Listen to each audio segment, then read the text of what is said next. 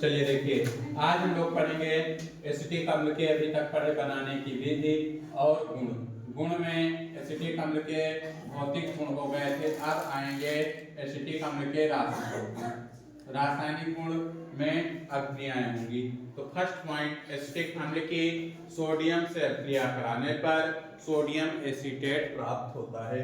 तो अब एसिटिक अम्ल का सूत्र CH3COOH प्लस इसकी सोडियम से Na से क्रिया करा देंगे तो ये बन जाएगा सोडियम एसीटेट CH3COO, यहाँ पे Na और प्लस का इसमें से H2 विस्थापित होता है।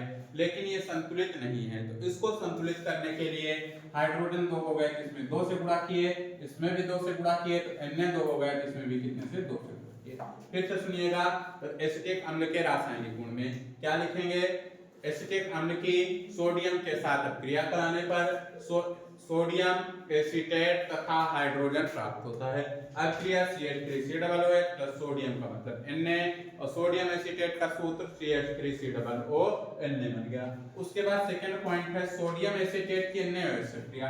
अब सोडियम एसीटेट का फार्मूला ऊपर पढ़ें, CH3COO Na प्लस इसकी क्षार का मतलब NaOH से क्रिया कराएंगे तो ये बनेगा सोडियम कार्बोनेट। सोडियम कार्बोनेट का सूत्र Na2CO3। NO2CO3 के बाद देखिए अब इसमें क्या बचता है, प्लस का H2O बचना चाहिए या H2 बचना चाहिए, चेक करिए। Na2 हो गया। अब उसके बाद कार्बन कितने, इधर एक कार्बन, इधर कार्बन की संख्या गड़बड़ है, तो इधर कार्बन की संख्या एक एक्स्ट्रा, एक कार्बन एक कार्बन यहाँ एक्स्ट्रा, एक कार्बन लिख लिया। उसके बाद हाइड्रोजन चेक करिए, 3 यहाँ, एक यहाँ, 4 हाइड्रोजन, तो यहाँ पे क्या लिख सकते हैं CH4। उसके बाद इसकी फिर से सुनिएगा, सोडियम एसीटेट की NaOH से क्रिया पूछी जाए चाहे क्षार से पूछी जाए, NaOH से क्रिया कराने पर सोडियम कार्बोनेट तथा मीथेन प्राप्त होता है। इस अभिक्रिया को बी कार्बोक्सिलीकरण कहते हैं। एक तो डायरेक्ट पूछ सकता है कि बी कार्बोक्सिलीकरण पर टिप्पणी लिखिए, तो बी कार्बोक्सिलीकरण लिखिएगा। बी कार्बोक्सिलीकरण पर टिप्पणी पूछी जाए तो इसमें लिखेंगे सोडियम एसीटेट की NaOH के साथ अभिक्रिया कराने पर सोडियम कार्बोनेट तथा मीथेन प्राप्त होता है। इस अभिक्रिया को बी कार्बोक्सिलीकरण कहते हैं। नेक्स्ट पॉइंट है, इस अभिक्रिया को पहले भी पढ़ चुके हैं, एसिटिक अम्ल की एथिल अल्कोहल से अभिक्रिया। एसिटिक अम्ल का CH3COOH प्लस एथिल अल्कोहल का C2H5OH। अब इन दोनों को जब अभिक्रिया कराएंगे तो बन जाएगा CH3COO C2H5 और प्लस का H2O। ये रिएक्शन पहले भी बताया जा चुका है। ये कौन सी अभिक्रिया है? एस्टरीकरण। लेकिन अब यहाँ एसिटिक अम्ल के गुण में कह रहा है, एसिटिक अम्ल की एथेनॉल से क्रिया करा दिए, एस्टर तथा जल बन गया। कैसे होता है ये प्रोसेस देखिएगा, CH3COO जैसे एसिटिक अम्ल है, एसिटिक अम्ल का फार्मूला है CH3COOH।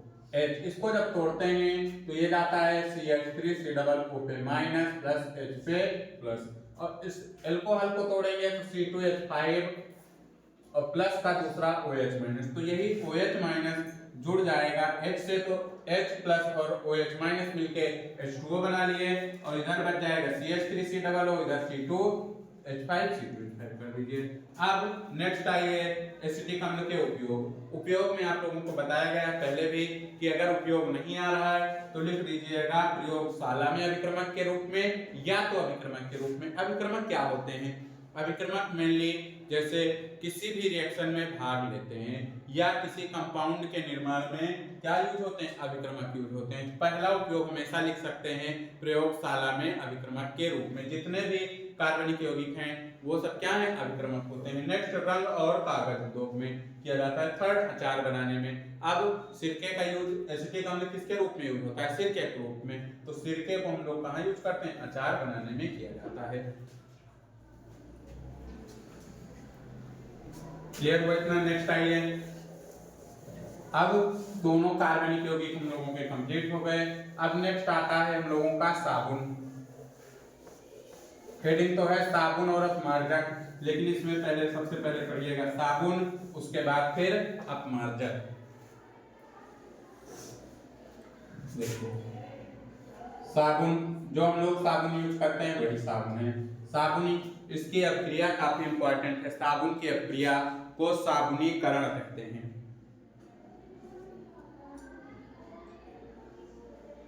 देखिए साबुन क्या होते हैं?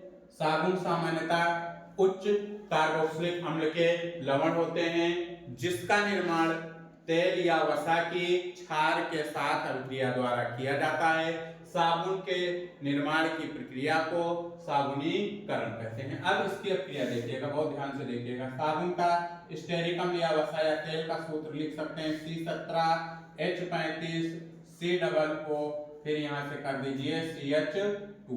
उसके बाद इसके 3 अणु कर दीजिए, तो C17H35 COO, अब यहाँ पे C कर दीजिए, फिर यहाँ पे C कर दीजिए, फिर यहाँ पे लिखिए C17H35 COO। और एक चीज का ध्यान दीजिएगा, मैक्सिमम बच्चे ये गलती करते हैं कि बंद बनाने में बंद बना देते हैं बीच से, लेकिन बीच से बंद बनाना गलत है। बंद बनेगा जो हमेशा कार्बन कार्बन के बीच बनेगा। अब देखिए यहाँ पे एक कार्बन, इस कार्बन की वैलेंसी देखिए, जैसे यहाँ पे 1 2 और 2 हाइड्रोजन, अभी 2 बंद हो गए तो 2 हाइड्रोजन चाहिए, तो 2 हाइड्रोजन जोड़ दिए। ये इस पोजीशन पे देखिए, एक बंद इधर जुड़ गया, एक इधर जुड़ गया। अब इसमें 2 हाइड्रोजन की कमी, तो यहाँ CH2 कर दीजिए। लेकिन बीच वाले पोजीशन पे देखिएगा, 1 हाइड्रोजन 2 हाइड्रोजन 3, 1 हाइड्रोजन की कमी, तो 1 हाइड्रोजन यहाँ लिख दीजिए। अब इसकी NaOH क्षार के रूप में ये सूत्र है हम लोगों का वसा या तेल, या इसी को स्टेरिक अम्ल कहते हैं। अब इसकी NaOH से क्रिया करा दीजिए, चाहे KOH। NaOH KOH दोनों क्या है? क्षार। क्षार की पहचान क्या होती है? जो जलीय विलयन में OH माइनस देते हैं क्या कहलाते हैं? क्षार कहलाते हैं। अब NaOH या KOH से जब क्रिया कराएंगे तो बन जाएगा C17H35 COO। अगर NaOH ले रहे हैं तो Na। अब C17H35 COO 3 टाइम्स, तो इसमें कितने से मल्टीपल कर देंगे? 3 से। अब 3 से गुणा किए तो Na कितना हो गया? 3, तो इसमें भी कितने से गुणा कर दीजिए? 3 से। अब प्लस इस अपक्रिया में क्या बनता है? ग्लिसरॉल। ग्लिसरॉल का मतलब यहाँ से अलग हुआ CH2, आगे से अलग होगा CH, इस वाले स्टेप से अलग होगा CH2, और यहाँ से OH अलग हो रहे हैं, तो यहाँ से OH जोड़ दीजिए, OH जोड़ दीजिए, OH जोड़ दीजिए। तो ये हम लोगों का है ग्लिसरॉल, या ग्लिसरॉल का दूसरा नाम होता है ट्राई एल्कोहल। ट्राई एल्कोहल इसको क्यों कहा जाता है? क्योंकि इसमें OH फंक्शनल ग्रुप देखिए, 1 OH 2 OH 3 OH। जब 3 OH फंक्शनल ग्रुप हो गए तो इसको कहेंगे ट्राई एल्कोहल, या इसका साधारण नेम होगा हम लोगों का ग्लिसरॉल। तो फिर से सुनिएगा एक बार, क्योंकि साबुन से ज्यादा पूछा जाता है साबुनीकरण क्रिया किसे कहते हैं, या साबुनीकरण 2 से 3 नंबर में हमेशा आती है कि साबुनीकरण क्या होता है।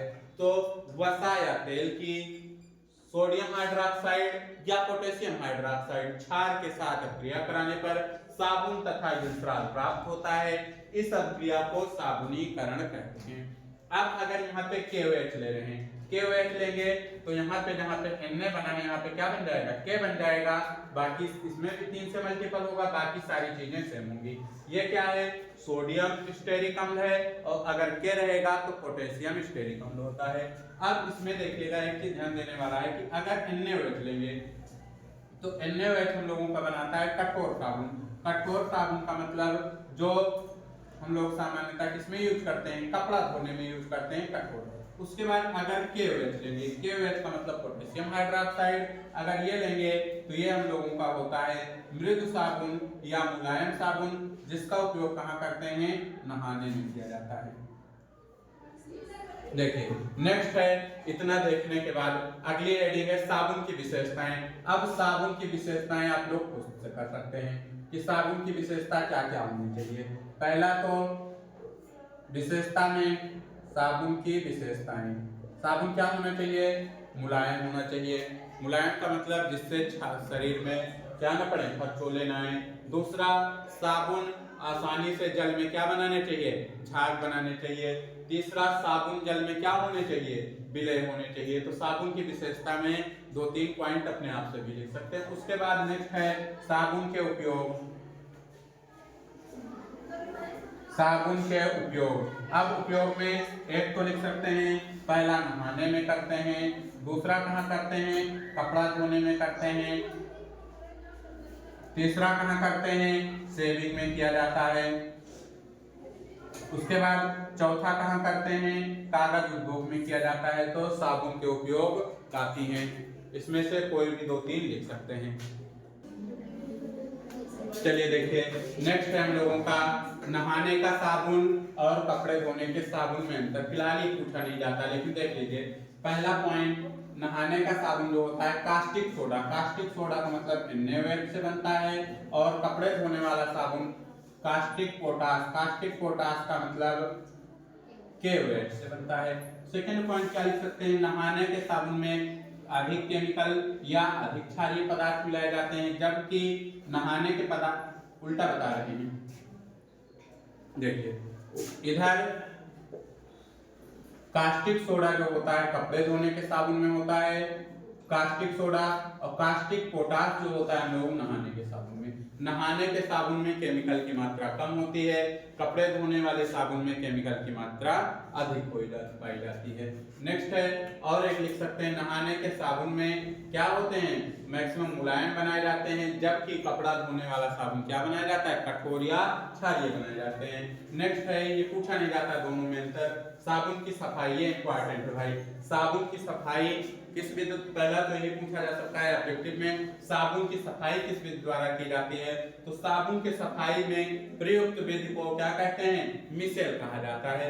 मिसेल विधि में क्या किया जाता है, मिसेल विधि पहले ऐसे डाल देखिए, जैसे नया साबुन लाइए, नए साबुन को पानी की बूंद डालिए तो उसमें पानी की बूंदें नहीं रुकेंगी, पानी की बूंदें क्या हो जाती, अलग हो जाती, लेकिन जब उसको रगड़ देते हैं उसके बाद उसके आंतरिक भाग में पानी चला जाता है, तो अंदर वाले भाग में जब पानी जाता है तो अंदर वाले भाग में फेना बनना शुरू हो जाता है, झाग बनने शुरू हो जाते हैं। तो इस प्रोसेस का मतलब क्या है, साबुन की सफाई मिसेल विधि द्वारा किया जाता है।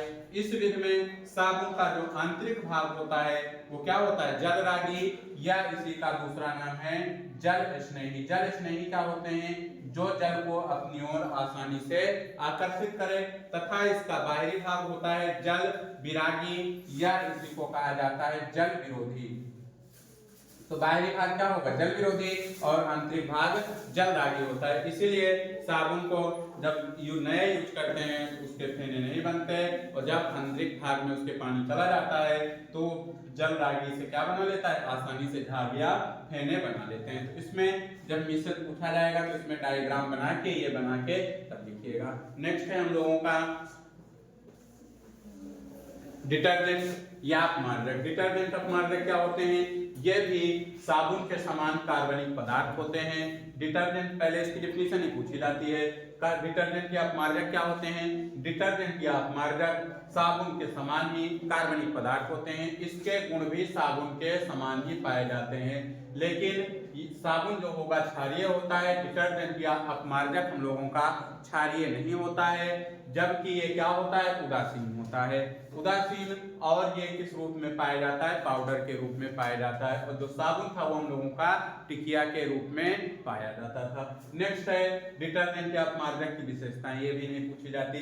अब विशेषता में क्या लिखेंगे, तेल रहित होना चाहिए, क्योंकि तेल रहेगा तो ये जल में आसानी से घुलेगा नहीं, जबकि जल के साथ अणु से क्या भगेगा, दूर भगेगा। दूसरा उदासीन होता है, उदासीन होने का मतलब इसीलिए कहा जाता है जो मुलायम कपड़े होते हैं या जो कम उस तरह पार्टी वियर वगैरह होते हैं वो किससे धुलने चाहिए, डिटर्जेंट या अपमार्जक से धुलने चाहिए, जिससे ये उदासीन होने के कारण उसका कलर डिफेक्ट नहीं करता। उसके बाद ये भी पूछा नहीं जाएगा। नेक्स्ट है हम लोगों का साबुन और अपमार्जक में अंतर, ये काफी इंपॉर्टेंट है।